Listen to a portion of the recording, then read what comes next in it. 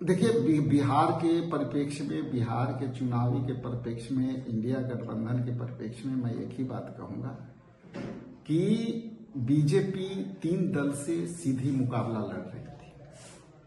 पहला तो जदयू से भी वो लड़ रही थी, दूसरा आरजेडी से लड़ रही थी, तीसरा कांग्रेस से लड़ रही थी और सीपीआई एमएल से लड़ रही थी। तो पहली तो ये है। और जैसा कि मैंने कहा कि ये सारे चुनाव हम लोगों ने, इंडिया गठबंधन के लोग किसी पॉलिटिकल पार्टी से नहीं लड़ा।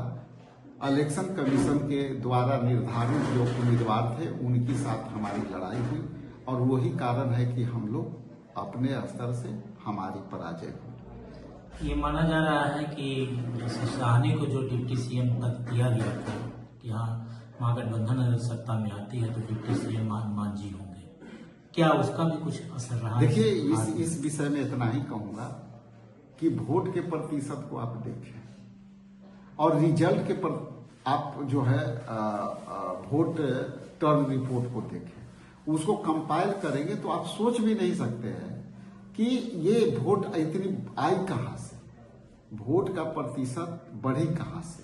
और इसमें कहीं ना कहीं इलेक्शन कमीशन निष्पक्ष नहीं रहा, निष्पक्षता से चुनाव नहीं हुई और जिसको जितना चला वो चलाते रहे।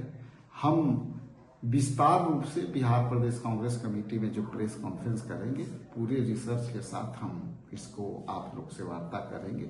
लेकिन कुटुंबा विधानसभा और औरंगाबाद जो विधानसभा में जो हम लोग 6 सीट लड़े हैं, वो 6 सीट पर हम समझते हैं कि ये कहीं ना कहीं जो है जातीय उन्माद, जातीय डिस्क्रिमिनेशन, आपस में बंटवारा और इलेक्शन कमीशन के उम्मीदवार, ये तीनों के साथ हम लोग लड़े हैं। यानी कि यहाँ पार्टी गौन हो गई थी, माने आपका जो एंटी पार्टी था वो कौन था? हमारा एंटी पार्टी जो उम्मीदवार थे वो हमारे साथ पॉलिटिकल पार्टियां कम लड़े, इलेक्शन कमीशन हम लोग उससे ज्यादा लड़ी। चूंकि आप देखिए कंपेनिंग के धार को देखिए, कहीं भी आप तो पत्रकार हैं, जीरो ग्राउंड करते हैं, लेकिन औरंगाबाद में कंपेनिंग कितना हुआ, कितनी कंपेनिंग गाड़ियां घूमी, कितनी माइक से अनाउंस हुए, कितने पोस्टर बैनर लगे, कितनी आम सभा हुई, आप देखेंगे ना कंपेनिंग के धार। तो आखिर ये वोट कहां से हुआ? धन बल का प्रयोग बहुत ताकत से हुआ है, इसमें कहीं कोई डाउट नहीं है। हम लोग जमीन पर जुड़ रहे हैं तो ये सारी बातें हमारे सामने आ रही है। यानी कि इलेक्शन कमीशन के साथ धन बल भी हावी रहा? धन बल ही हावी रहा, कंपेनिंग गौन रहा। हम लोग जो प्रचार किया अपने क्षेत्र में वो जो है जो दिखा, लेकिन हमारे ही क्षेत्र में आप किसी को कंपेनिंग का गाड़ी आप दिखा दीजिए, किसी का आप वो दिखा दीजिए, तो जितना भी हम कहेंगे हम बताएंगे आपको। आखिर इलेक्शन कमीशन को सत्तारूढ़ दल का साथ देने के पीछे का कारण क्या रहा है? इलेक्शन कमीशन को, सत्तारूढ़ दल को जब ही बोलता है कोई 400 पार, जब भी बोलता है प्रधानमंत्री की 200 पार और 200 पार पर आंकड़ा अटकता है, तो आप अनएक्सपेक्टेड जो रिजल्ट होना ही होना है। ये पूर्व की भविष्यवाणियां ये दर्शा देती है कि आगे क्या होना है। प्रधानमंत्री अपने भाषणों में कई जगह यह कह चुके हैं कि विजयोत्सव की तैयारी के लिए, इसको आप किस नजरिए से? विजय उत्सव यदि इलेक्शन कमीशन उनके साथ खड़ा है तो विजय उत्सव कौन मनाएंगे? इंडिया गठबंधन के थोड़े मनाएंगे, वही मनाएंगे। कई जगहों पर भी कहे कि कट्टा का राज और जंगल राज का आगाज हो जाएगा अगर महागठबंधन भाई मागा में और मैं जहाँ के रहने वाला हूँ, ओबरा में कट्टा 50 केजी के जो चावल के बोरी लगाती है, कट्टा तो हुआ करता है। लोग चले जाइए ओबरा में जो है गोला जहाँ लगता है, वहाँ यही कहेगा कि 2 कट्टा चढ़ा दो, 2 कट्टा उतार दो, जो है 1 ट्रक कट्टा चढ़ा दो। तो ये चावल के बोरी जो बनते हैं 50 केजी के, उसको कट्टा बोलते हैं। अब प्रधानमंत्री किसको कट्टा बोल रहे हैं मुझे नहीं पता। क्या सीट बंटवारे में जो देरी हुई महागठबंधन की और खींचतान हुआ, इसको भी मानते हैं? देखिए, वोट प्रतिशत हमारा सब जगह देख लीजिए, वोट प्रतिशत जीत हमारी भले ही नहीं हुई, लेकिन वोट प्रतिशत हमारे कैंडिडेटों के हर जगह हम लोग डायरेक्ट फाइट में रहे, त्रिकोणात्मक बहुत कम जगह हुआ है। ये क्या दर्शाता है कि इंडिया गठबंधन के तमाम लोग मरते दम तक, अंतिम दम तक एकदम लड़े और इलेक्शन कमीशन के सामने वीर गति को प्राप्त हुए। यहाँ चुनाव के दौरान ये जो मतगणना हो रही थी उसको आप किस नजर से देखें? देखिए, चुनाव के समय जो मतगणना की जो पैटर्न था काफी स्लो। उसके बाद एक इलेक्शन कमीशन के वेबसाइट पर खुद मैं देख रहा था, चल रहा है आपको 5वां राउंड, हुआ काउंटिंग हो रहा है 10वां राउंड।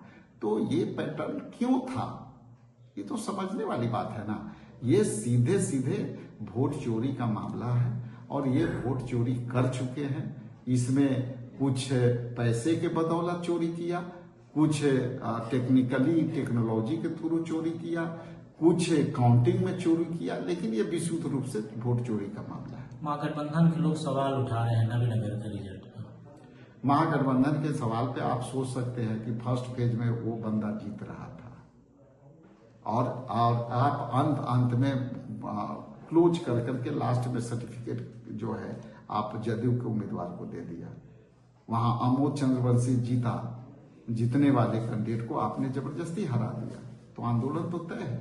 अब आने वाला समय में ये कोई जरूरी नहीं है, जनता जो वोट दी है वो समझ रही है कि हमारा वोट कहाँ पड़ा है, लेकिन जब रिवोल्ट करेगी जिस देश जनता, कई जगह हो रहे हैं ना दूसरे देश में, तो ये देश में भी लोग कितना दिन बर्दाश्त करेंगे? आने वाला समय में जनता महसूस करेगी और जनता ही अपना लड़ाई लड़ेगी। क्या वजह रही? देखिए, कुटुंबा के सबसे पहले तो आपके चैनल के माध्यम से, आपके माध्यम से जो संदेश पहुंचाना चाहती हैं वो स्पष्ट संदेश है कि जनता ने मुझे अपनी अवसर देने से नहीं चूका, क्योंकि पिछले बार लगभग 52-54 हजार वोट हमारे पास आए थे और इस बार 64 हजार लगभग हमारा वोट आया है। तो जनता ने जो अवसर देना था, जनता ने अवसर दिया। कुटुंबा के जनता को मैं इतना जरूर आश्वस्त करना चाहता हूं कि मैं पहले भी आपको कहा था कि मैं आपका बेटा की तरह हूं और किसी भी तरह से आपके दिल के स्वराम के बेटे के तौर पर आपके सेवा देता रहूंगा।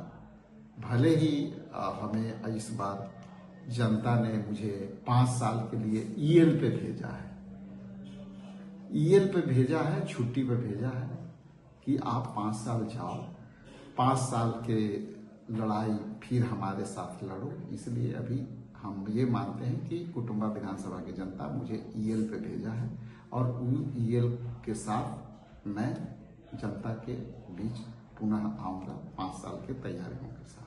क्या आपको लगता है कि संगठनात्मक स्तर पर कहीं कमी हुई है?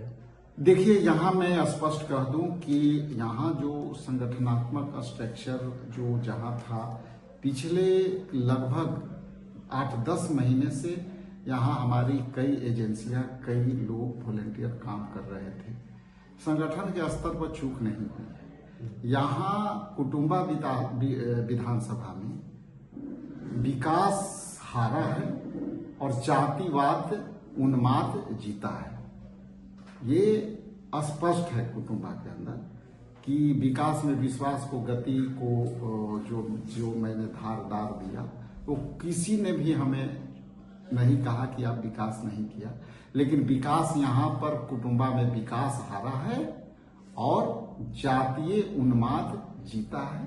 ये कुटुंबा में मैं अपने तरफ से ये बोल रहा हूँ।